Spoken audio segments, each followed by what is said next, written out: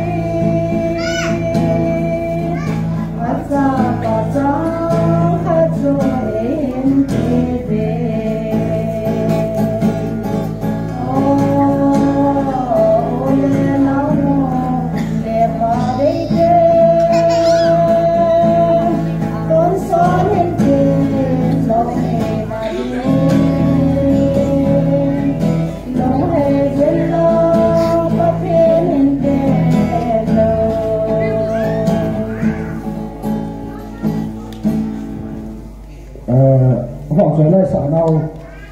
cái ngày ba này là ngày ba Pathen cái bị tao nó có thể bảo này